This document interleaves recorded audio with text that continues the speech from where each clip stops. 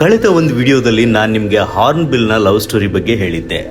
ಇವತ್ತು ಅಂಥದ್ದೇ ಆದ್ರೆ ಸ್ವಲ್ಪ ಡಿಫ್ರೆಂಟ್ ಆಗಿರೋ ಒಂದ್ ಕಥೆನ ಹೇಳ್ತೀನಿ. ಇದು ಗಿಜಗನ ಹಕ್ಕಿಯ ಸ್ವಯಂವರದ ಕಥೆ. ನೀವ್ ಯಾವತ್ತಾದ್ರೂ ಕೆರೆ ಅಥವಾ ಬಾವಿಯ ದಡದಲ್ಲಿರೋ ಮರಕ್ಕೆ ನೇತಾಡುವ ಗಿಜಗನ ಗೂಡುಗಳನ್ನ ಗಮನಿಸಿದ್ದೀರಾ? ಅದರಲ್ಲಿ ಎಲ್ಲವೂ ಪೂರ್ತಿಯಾಗಿರೋದಿಲ್ಲ, ಕೆಲವೊಂದು ಅರ್ಧಮರ್ಧಕ್ಕೆ ನಿಂತಿರುತ್ತವೆ. ಯಾಕೆ ಅಂತ ಗೊತ್ತಾ? ಫಸ್ಟ್ ಈ ಗಂಡ ಹಕ್ಕಿ ಮನೆ ಕಟ್ಟೋದಕ್ಕೆ ಶುರು ಮಾಡುತ್ತೆ. ಪೂರ್ತಿ ಕಟ್ಟೋದಿಲ್ಲ, ಅರ್ಧನೇ ಕಟ್ಸುತ್ತೆ. ಅರ್ಧ ಕಟ್ಟಿದ ನಂತರ ತನ್ನ ಸಂಗಾತಿಯನ್ನ ಭಾವಿಯ ಬಾಳ ಸಂಗಾತಿಯನ್ನ ಕರೆದು ಮನೆನ ತೋರಿಸುತ್ತೆ. ಕೇಳುತ್ತೆ ಹೌ ಇಟ್ ಈಸ್. ಅದು ನೋಡಿ ಇಷ್ಟ ಆದ್ರೆ ಓಕೆ, ಇಷ್ಟ ಆಗ್ಲಿಲ್ಲ ಅಂದ್ರೆ ಐ ಡೋಂಟ್ ಲೈಕ್ ಇಟ್ ಕಾಂತ ಅಂತ ಹೇಳಿ ಹಾರೋಗ್ಬಿಡುತ್ತೆ. ಅಷ್ಟೇ. ಈ ಗೂಡು ಕಟ್ಟೋ ಕೆಲಸ ಅರ್ಧಕ್ಕೆ ನಿಂತು ಹೋಗ್ಬಿಡುತ್ತೆ. ಮತ್ತೆ ಮುಂದೆ ಏನಪ್ಪಾ ಅಂತೀರಾ? ಛಲ ಬಿಡದ ಗಂಡ ಹಕ್ಕಿ ಮತ್ತೊಂದು ಕಡೆ ಮತ್ತೊಂದು ಗೂಡು ಕಟ್ಟೋದಕ್ಕೆ ಶುರು ಮಾಡುತ್ತೆ.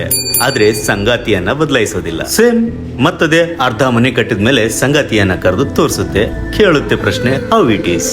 ಈ ಬಾರಿ ಅದಕ್ಕೇನಾದ್ರೂ ಇಷ್ಟ ಆದ್ರೆ ಅದು ಓಕೆ ಅನ್ನುತ್ತೆ. ಆಮೇಲೆ ಇಬ್ರು ಸೇರಿ ಆ ಮನೆಯನ್ನ ಪೂರ್ತಿ ಮಾಡ್ತಾರೆ. ಇಬ್ರು ಸೇರಿ ಗೃಹ ಪ್ರವೇಶನೂ ಮಾಡ್ಕೊಳ್ತಾರೆ. ಹಾಗೆ ಮೊಟ್ಟೆಗಳನ್ನ ಇಟ್ಟು ಮರಿ ಮಾಡಿ ಚಿಕ್ಕದಾದ ಆದ್ರೆ ಚೊಕ್ಕದಾದ ಸಂಸಾರವನ್ನ ಕಟ್ಟುತ್ತೆ. ಹೇಗಿದೆ ನಮ್ಮ ಗಂಡು ಗಿಜಗನ ಪ್ರಪೋಸಲ್ ಸ್ಟೈಲ್? ಹಾಗೆ ಹೆಣ್ಣು ಹಕ್ಕಿಯ ದೂರಾಲೋಚನೆ.